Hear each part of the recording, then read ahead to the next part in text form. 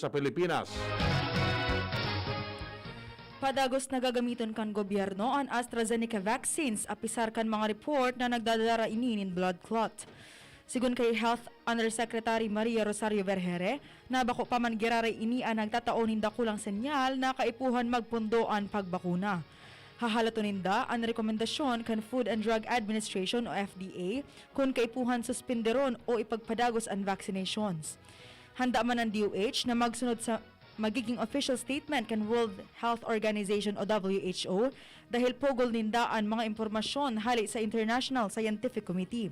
Katakod ka ini, pig-e ganyar paman giraray ni WHO Western Pacific Region's Essential Medicines and Health Technologies Coordinator Dr. Socorro Escalante ang mga nasyon na ipagpadagos na gamiton ang AstraZeneca vaccine. Mantang kumitad ang WHO na i-deliver ang masunod na batch kan AstraZeneca vaccines gikan sa COVAX facility. Ang second dose kan AstraZeneca vaccines ihahatod sa laog nin 12 semana. Ang mga makakaresibi nin primerong dose kan AstraZeneca vaccine sa Pilipinas nakatalaan na magresibi kan sa indang second phase o dose sa katapusan nin Mayo asin primerong semana kan Hunyo. Mientras tanto, Bareta halid dyan sa luwas si Jomar Bien. Jomar, kamen. Direk, Go ahead. salamat Direk sa dagdag na Bareta. 7 anak positibo sa COVID-19 na digdi sa First District Nguyan Aldaw. 5 sa mga inian na taga-Oyaon sa Siyudad kan Tabaco. Saro ang sa Banwaan kan Bakakay asing saro sa Banwaan kan Tiwi. Sa Siyudad kan Tabaco ang mga nagpositibo Nguyan Aldaw basado sa pinaluwas na impormasyon kan lokal na gobyerno kan Siyudad. Iyo ang duwa taga-barangay Panal sa Rodigdi ang 43 anyos na lalaki asin 32 anyos na babae. Ang duwang ini parehas na naghelang o may namamati sundo sa mga oras na ini. Mientras tanto, ang saro pa sa nagpositibo sa Siyudad kan Tabaco, iyo ang saro man na 44 anyos na lalaki na taga-barangay San Carlos kan Siyudad na nagkaigwa man ng kamatayan asin naka-quarantine na naman. Ang duwa pa na nagpositibo sa Siyudad kan Tabaco, parehong na-expose o close contact sa enot ng nagpositibo na si COVID patient code 5489. Kung sa inanduwang ini, iwan sarong 70 anyos na babae na taga-barangay San Lorenzo, asin sarong 19 anyos na babae na taga-barangay Barangawon kan Tabaco City. Sa Banwaan kan Bakakay, ang nagpositibo Nguyan Aldaw, iwan sarong 51 anyos na babae na taga-barangay 8. Dahil maninin na historical pag-travel pero close contact ini kang enot naman na nagpositibo na si patient number 5414. Ang nagpositibo sa Banwaan kan Tiwi sundo sa mga oras na ini, iyo ang day pang informasyon na ipinagpapaluwas ang lokal na gobyerno kan Banwaan kan Tiwi. Yan ang report, Jomar Bien, DZGB. Mientras tanto, dagdag pang Bareta halid dyan sa luwas si Hans Galero. Hans, kamen. Uminabot na sa 20,536 ang bilang kan mga OFW na nakawali na sa kabikulan sa tahaw kan pandemyang COVID-19.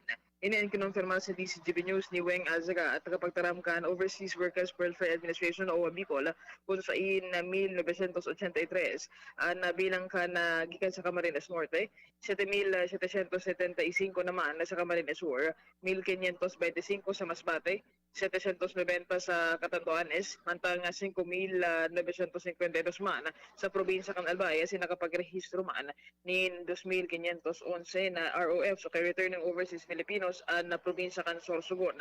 Sa ngunyan sinabi kan OWA Bicol na padagos man giraray ang pinagigibon ng repatriation program sa mga nagtitios na mga OFW na muya nang makabalik sa senda mga probinsya sa tahaw kan pandemyang COVID-19. Alagad nagpagirunto man OWA Bicol na dapat ang mga OFW na mayang magwali sa kabikulan na iguanin na lehitimo asin tamang proseso kaya dokumentos na dapat isumitiyo o ipresentar sa paglaog kan mga borders dito sa satuyang kapalibutan. Dagdag na Bareta, Ans Galero, DZGB.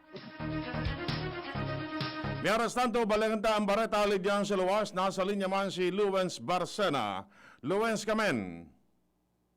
Padagos manggiraray na nasa Kalbaryo ang mga residentes kan Purok Singko sa Sitio Alawiao kan Barangay Buyuan, Legazpi City. Ini pagkatapos na ipagpaabot giraray ang nasambitan ng concern sa DZGB News na ang tinampo na dati ninang pinag-aagian ngunyan gari na kali Mala tagaro na salog, takadakol nin mga boulder, asin mga baybay buda graba, ang tuminampad sa inda.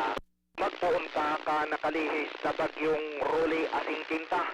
Kaya ang pangapudan kan mga taga-sityo Alawiaw na ini sa Purok Singko, sa paagi kan DZGB News na dapat mapag-adalan ni Ninin Marhay, kan Environment Management Bureau o kaya kan Mines and Geosciences Bureau o MGB Region 5, tangani ng maaraman kung ano na talaga ang nangyayari sa irarom kan daga tainit na medyo konkreto man kuta na, may kalikali man kuta na ang tinampo na ini.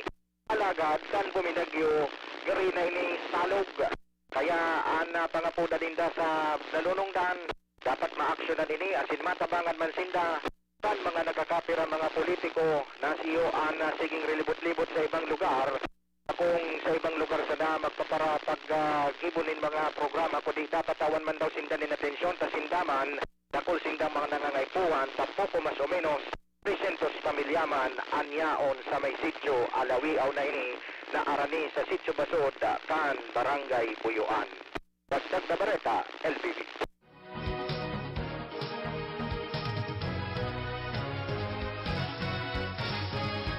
Miyaras tanto sinabi kan Department of Health na ang mga COVID-19 testing laboratories na nagsaranin operasyon kan Semana Santa dapat magpaliwanag kung natatasiring ang nangyari. Sinabi ni Health Undersecretary Maria Rosario Vergere na ang DOH nagpulos na nin memorandum na minaaviso sa mga laboratorio na mantinidong bukas. Durante kan Semana Santa tanganing mahiling kan gobyerno ang tunay na bilang kan mga bagong kaso ng COVID-19. Idinugan pa man niya na dapat magpaliwanag ang mga tagsadiri kan laboratorio kung natata ini nagkaigwanin operasyon bago masinda magkaigwanin desisyon. Nahahadit ang World Health Organization o WHO sa surge kan COVID-19 cases sa Pilipinas.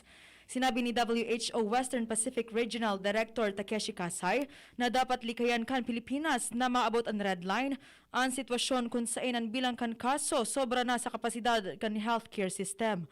Pag nagsobra sa red line, mas madidifisilan ang mga healthcare workers. Apwera digdi, mabagsak ang healthcare capacity ka nasyon dahil dakol na tawo ang mahagad nin ayuda sa kadakol na healthcare workers na tinamaan kan helang. Ang mga nasyon na nakakamati nin infection spike, resulta kan paglakop kan variants. Kawaran nin pagsunod sa health protocols, toros na mobility asin kumpiyansa sa bakuna. Dapat pakusugon kan gobyerno ang surveillance asin early detection kan mga kaso asin ipautob ang targeted asin localized response. Hinagad man kan WHO sa publiko na sunodon ang health protocols. Nagigibon na nilakdang ang Department of Budget and Management para mabawasan ang gastos kan gobyerno sa non-essential program tanganing makatabang na magkaigwanin fundo sa propestong legislasyon na mataunin tabang sa subsidyo sa mga naapektaran kan maigpit na COVID-19 quarantine protocol. Sinabi ni Budget Secretary Wendell Avisado na sinda nagtatrabaho na kay riba ang Executive Department para sa Executive Order sa obserbasyon kan austerity measures. Tinauanin doon kan World Health Organization o WHO na dapat gamiton sana sa laog kan clinical trials ang anti-parasitic drug na ivermectin para maaraman kung epektibo talaga ini kontra sa COVID-19. Sigun kay WHO Western Pacific Region's Essential Medicines and Health Technologies Coordinator Dr. Socorro Escalante na ang rekomendasyon kan WHO gagamiton sana ang ivermectin sa konteksto kan clinical trial. Sinabi ni Escalante na nagkukondukta ang WHO nin maigot na pag-aadal bago irekomendar ang sarong bulong o bakuna para sa COVID-19. Sa mga presenteng ebidensya, ang ivermectin daing direktang epekto o anuman na mekanismo na igwan ining antiviral action kontra sa SARS-CoV-2.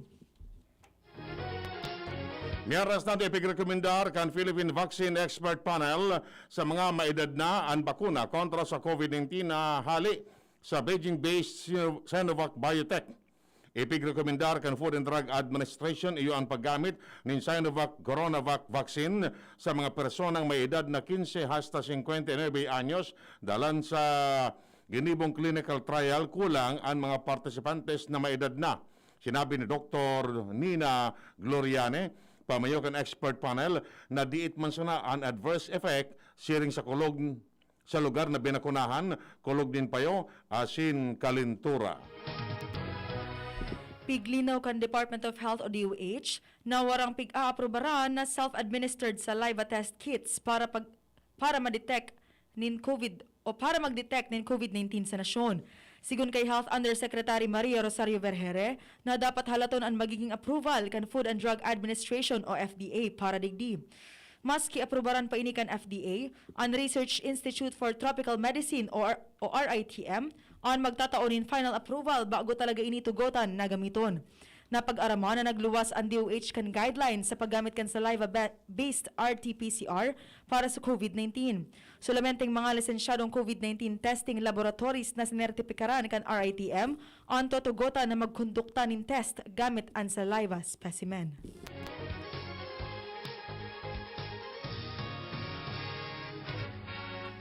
Magkusog na kinastigo ni Senador Risa Ontiveros an excellent remark kan ibang opisyales kan gobyerno sa pagresponde kan administrasyon sa COVID-19 na suhay sa tunay na nangyayari.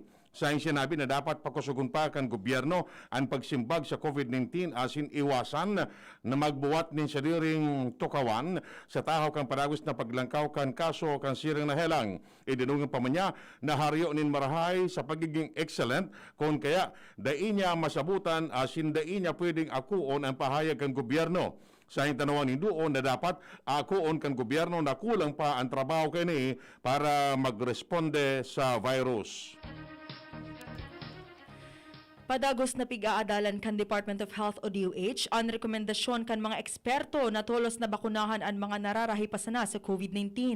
Sinabi ni Health Undersecretary Maria Rosario Vergere na pigtutukar na ninda ini lalo na takaipuhan na protehiran ang mga tawo ngunyan na halangkaw ang community transmission sa Metro Manila. Inamyandaran maninda ang protocol kung saan hali sa 90 días pigbaba sa 14 aldaw bago tugutan ang mga pigtamaan ng COVID-19 na mabakunahan. Pero pigrekomendar kan mga expert na tulos tauwanin bakuna pagkatapos marahay ang pasyente. Siniguro kan DOH na pigsisiirip na ninda ang proposal. Bukas ang Department of Budget and Management na maghaga ng supplemental budget sa gobyerno o kongreso para sa assistance program kan gobyerno sa mga naapektaran kan nagpapadagos na paglakop kan COVID-19 asin ang maigpit na quarantine protocol. Sa sinabi, napigiling ninda iyo ang posibleng makukuanan nin fundo para sa supplemental budget sa stimulus package. Sinabi ni Budget Secretary Wendell Avisado na ang Economic Development Cluster magkakaigwa ng pagtaripon sa ikatalong simana kan Abril tanganing maisiyan ang facts and figures hali sa Department of Finance as National Economic and Development Authority. Uminabot na sa 50,000 na individual ang fully vaccinated kontra sa COVID-19 matapos ang sobra sarong bulan. Poon kan ilansar kan gobyerno ang libreng immunization program. Sigun sa National Task Force Against COVID-19, maabot sa 922,900 na vaccine doses ang nagamit poon kan Marso 1. Hali sa nasabing bilang, 50,685 na doses ang para sa second dose o fully vaccinated, mantang ang sobra 872,200 na doses iyon para sa first dose. Siniguro kan NTF na padagos ang distribusyon nin vaccine doses, paparekason ang vaccination asin papahiwason ang coverage para maprotehiran ang mga Pilipino. Sa ngunyan, ang kabilugan na vaccine supply na sa 2.5 million doses kung saan 77% o 77% o 1.9 million doses ang naidistribuir na sa mga ospital sa 17 na rehiyon sa nasyon. Ang supply kumpuesto nin Coronavac kan Sinovac, Biotech asin British-Swedish AstraZeneca. May arestado inagad kan Integrated Bar of the Philippines sa gobyerno na isabay man ang mga abogado sa priority program o priority group sa lindong kan COVID-19 vaccination program.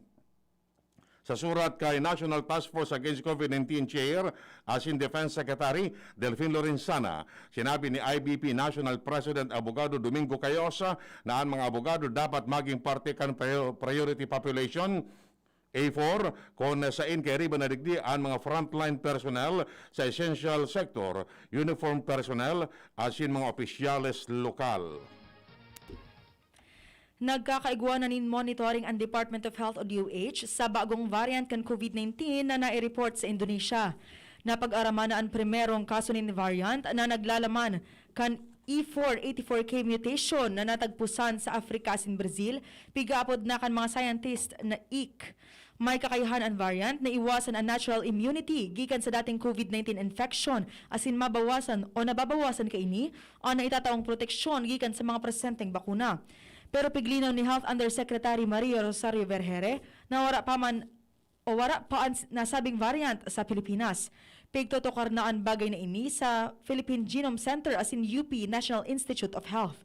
Wala pang genome sequencing na pigigibo ang PCG kasunod kan contamination kan sa indang mga makina. Sa ngunyan, ang variants of concern iyo ang B117 o South African variant mantang ang P3 variant iyo ang padagos na pig-iimbestigaran. Yan mga tugang detalles kay mga bareta ngunyan na pagkahapon. Mga bareta maruluwas sa aga sa mga dyaryo nasyonal. Enot sa PBN DZGB sa mga bareta ngunyan para sa aga. Sa pag-arang ka mga pag-iriba, Manito Tanya sa Laudo Technical. Kami po ang nagatod kan bareta. Ako po si Francia may Borras. Ako ma po si Edwin Peralta may sasabing mabalos kan sino pag-antaba. Namibidan sa